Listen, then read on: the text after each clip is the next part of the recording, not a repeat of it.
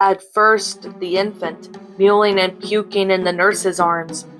The mare stood in front of me on free legs, swaddled bundle in her raised foreleg. For some reason I still cannot explain, I was still struck by the color of her eyes. Certainty green is not an unusual hue in any pony, but these luminous green ones were fixated importantly on me that I found it quite distracting. I can assure you, Miss Merryweather, that Equestria will not fall. Not today, not tomorrow, and not as long as I draw breath. But she bit her lip, clearly also biting down whatever she was about to say. Go on, my little pony, I said, as reassuring as I could under the circumstances. Say what it is you wish to say. There will be no insure to reprisal from me. She shut her eyes. I was grateful for that until she spoke. But you might not always be here, Your Majesty. I am not about to abandon this land or you. That is not what I meant, Your Majesty. She squeezed her eyes shut even tight. I know the day court is meant for questions and disputes, not this. But I would like to know that my daughter and I grow up in a world that is safe, with a ruler who will not. The unspoken word hung in the middle of the court like a fiery firefly. Die. Leave us, she finished, instead. For a moment I could not speak. I posed it as thoughtful silence, as if I was considering her words with some gravity. I could not consider the words of forage and duplement.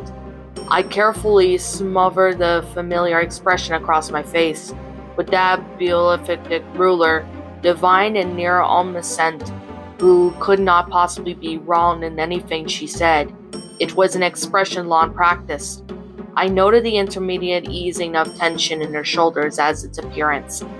Miss Merryweather, my voice was gentle as the clouds of my Pegasi pushed across the sky, as solid and reassuring as the earth beneath our hooves. I will never leave the land. This land is me, and I am this land. I can no move in Equestria any further, and the air itself could turn into cheese. I will take no risks with its future, for I am its servant, and servant to its ponies. A ruler must serve those who took her, or else she is no true ruler at all. I smiled. It hurt my cheeks. I will always be here for you and all my little ponies. The tiny mare before me clutched her even tinier bundle even closer. Thank you, Your Majesty. I nodded, giving her a tacit permission to leave. Once she was gone, I stood, startling the guards beside my throne. No more appointments today. But Your Majesty, I am tired and there is still work to be done. If any pony is needed waiting, please take their names and assure them that they will be seen first light tomorrow. Without waiting another response, I walked off my podium and walked out of the throne room. It wasn't as if they could stop me. I was divine and near omniscient ruler after all. 2 thrones side by side, one red velvet, the other blue. The only red velvet was crushed today. I pushed those thoughts from my mind and quickened my step. I wasn't sure where I was going. I wanted to get there fast. The hypocrisy of running away right after my assuring my subjects that I would always be here did not escape me, but my mind thrummed with every need of solitude. It was at times like this that I wished Star Swirl was still around. What advice would you give me, old friend? I asked the doors that had closed behind me. Of course no pony answered. I sighed, dropping my head in a way I never could in front of my subjects. At all once my legs trembled as if they could no longer hold me up. I was not lacking energy, but the shaking would not stop. I cast a teleportation spell and flopped gratefully onto my bed in my own chambers. To my chagrin, what seemed like only moments later, a knock sounded on the ordinary internal door. Majesty? Quivered a voice. I have no need of your advice services at the present, Golden Comb. The maidservant apologized profusely, and her hoofsteps retreated. I imagined her perched on the chair, staring at the door between our chambers. She was a nervous mare, and excellent at her work and loyal to fault, but prone to anxiety at the slightest provocation. Knowing that I was there and here at the time, I would usually be abroad in the castle, have thrown over her routine. My brain tickled over the knowledge that she had been a loose-lipped pony that had my choice to languish my room may lead to the rumors of illness amongst my little ponies. Such public concern was not out I wished to encourage right now, so instead I summoned another teleportation spell and transported myself away from the familiar surroundings. I emerged on the side of the door in a plain room of wood and shallow decoration. My hooves did not clank when they touched the floor, but echoed with a hollow clop of ordinary unshod pony. I turned to make sure my wings no longer crested my back, which appeared narrower than usual. Soft gray fur clothed me, enough shades from my usual white to convince any casual glances at the small earth pony before them did not spend most of their time ruling the realm of red velvet throne. The glamour was not practically a complicated spell. Disgusts me where show pony ship. It would actually be the work a moment to revert my usual size and shape. I tossed my head, feeling the weight of actual hair. Sometimes I missed that comforting solidness. It made me feel, for lack of a better word, realer. I kept the little house in Lower Canterlot for personal use. No pony battled the islet as I left it, and walked slowly down the streets. I needed some alone time, but for the princess of the realm, it was easier said than done. Calling for this part of the city lower was almost a joke. The upper levels were still being built. My own design helped immensely by the best architectures of Equestria had to offer. I had begun calling the little group city planners, which made them swell with such pride. I had already resolved to create a new guild of the name, especially for them. Luna would never see Canterlot finished.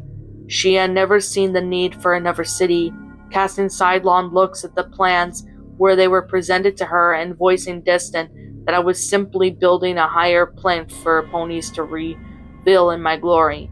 It never seemed to occur to her that ponies reaching the sky held their hooves towards the sun and the moon. I trotted along the newly laid cobblestones and veered left to a section of the city which ponies were already living. Everfree was a wonderful capital, but it had reached capacity about a generation ago. In our wildest dreams had never been expected pony kind flourish, so after Discord's rule, while I viewed the rising number of surviving births every year, part of my brain nagged at me that until I commissioned the start of Canterlot as a sort of overflow, I intended to ask Luna to rule one city while I take care of the other. In hindsight, if she had not returned to that creature of darkness, perhaps my plans were all a fool's errand. Perhaps Luna would have pitched her city against mine and laid waste unto our little ponies even more than she had been able to before I banished her. Moving to Canterlot was not an upgrade for the accommodation. They notably resized it, wanting to keep the positions that they had spent generations securing the Everfree. Even the walls city rose monuments to their lineage, houses, mansions, even buildings constructed to resemble all small castles, as if they were ordinary leader, not the ageless silicone of celestial bodies. I think I should have been much warier of the nobilities and desire for the greatness. More than one ruler of each of the free tribes had been disposed by his or her own ponies. Canterlot bustled with the lower cases. I could not hear the voices nearer. I came to the retreat rows of houses beyond the building work. I skidded to a stop as a small filly rushed across my path, pursued by a colt so similar they had to be related. Each brandished it with a small wooden sword, making their peels smell gallop wonky affair limited to 3 legs. "I vanquish thee, foul demon!" the colt cried. "You can't vanquish me," the filly protested. "I'm the hero this time." "Yeah, but boys are stronger, so I still win." He puffed up his chest. "I vanquish thee, foul hero." "That doesn't make any sense. You never play fair. I'm telling Mama that you're not playing fair. The filly held her sword straight to her chest and then turned around to an alley nearby, shouting as she ran. Mama, Mama! Crescent is being mean to me again. I am not, the colt shot after her. I paused, watching them leave. Neither of them had acknowledged my presence, which had rather felt good, to be honest. A cart creaked by and I stepped aside to avoid it, the grizzled stallion pulling it not in my direction. Good day, ma'am, he rasped. Good day, sir. Good day, good day. He mouthed out the chewed stalk of straw. You keepin' well? I was taken aback. Yes, thank you. I hesitated before adding. And yourself? Can't complain. Can't complain. He moved the stalk to the other side. Sun came up on time, so I count that it was a good day, considering. He nodded to himself. Can't be easy, nope. Can't be easy. Well, I best better get going, otherwise my wife will be nagging like the nag she is. She winked at me, smiling at the 2 rows of broken teeth. 52 years married, and I wouldn't have her any other way. Good day to you, ma'am. I watched him go, bemused by the exchange. Yes. Good day to you too, sir. Life went on, no matter the turmoil in my heart or the terrible things that had transpired in the dead of night. Life still went on. It didn't pause, didn't wait, didn't as much as stumble. It teemed around me at this half-built city, bubbling into each new day and spilling over the next night and beyond. I have told you to. You need to be nicer to each other. I don't have the time to referee your arguments all the time. A feminine alto echoed from the alleyway at the 2 foals that had run down. A rough cry of a newborn foal followed her, and the words, "Oh, now look what your arguing has caused. Shh, hush, my darling. Hush now. Shh, shh. It's all right." My hooves moved as if they were on their own accord. I barely remember trotting down the alleyway or fetching up front of the front of my little house. The porch was nearly scrubbed. A pair of wooden swords leaned against it. My knock brought a muffled curse and footsteps to the door. Yes, the brown mare was in weather-beaten, but now it had been pretty once. Age couldn't take away the signs of her former beauty. Can I help you? I'm sorry, my tongue felt thick in my throat. You're full, I heard crying. I was passing by and the filly and the colt crossed my path. I struggled to explain what even I was trouble understanding. The mare, stared at me. Did they bother you? Oh, those 2 are troublemakers. I am terribly sorry. No, it's fine. I shrugged. You sound like you could use some help. She pushed the tendrils of her mane from her face. Couldn't every pony in this world? It seems to be going to pieces lately. All the more reason we shall pull together, I replied. In times of adversity, ponies need to support each other. She gave me a strange look. Yeah, I suppose. I used to sing to my little sister when we were much younger. She was a fretful filly, always too fussy to sleep, but when I sang it to her, it helped. You're telling me you want to sing to my baby? The stranger looked at me, penetrating. I'm afraid I don't have any spare coin for traveling minstrels. No, I desire no payment. My sister, I lost her recently. I recited, my tears formed in my eyes, having to say the words. In a terrible accident. The mare's face gentled with an instant. Oh, I'm sorry, I lost my sister when we were tiny too. Pneumonia. She cast her eyes downwards. Would you like to come in, huh? Dovetail, the pigeon had inspired by my name, looked at me curiously from the eaves. Ms. Dovetail, the mare stepped in. I'm Honeycomb. This little one here is Ginger, Root, and the 2 ruffians who you met earlier were Cinnamon and Pumpkin Seed. I was led to a small, neat kitchen with a round table that could have been far too small, and I had been my real size. Honeycomb shooed away the 2 little faces peering at the doorway, gestured me into a chair. Her hesitation was slight before she placed a bundle of loud swaddling into my forehooves. Hello there, little one, I murmured, pushing aside the cloth to get a better look at the foal's face. Ginger Root's orange fur was tufting and streaked with tears. Her eyes were scrunched so tightly that she couldn't tell I wasn't her mother until I spoke. They shut open and gazed at me, although she didn't stop her crying. Hush now. I slowly closed my eyes, briefly calling up the lullaby from so long ago. I remember being trusted by a familiar swaddled bundle and a tuffled blue face staring back up at me.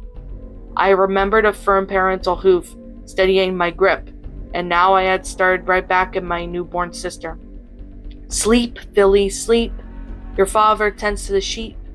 Your mother shakes the dreamland tree, and from it falls sweet dreams for thee. Sleep, Philly, sleep. Sleep, Philly, sleep. Our cottage vale is deep.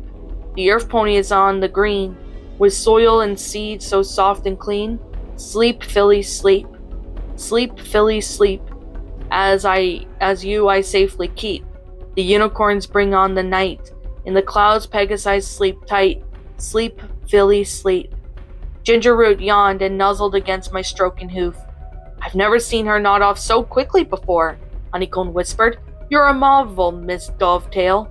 I said nothing, just continued to stroke the tiny, helpless filly. Once upon a time, Luna had been this small and helpless.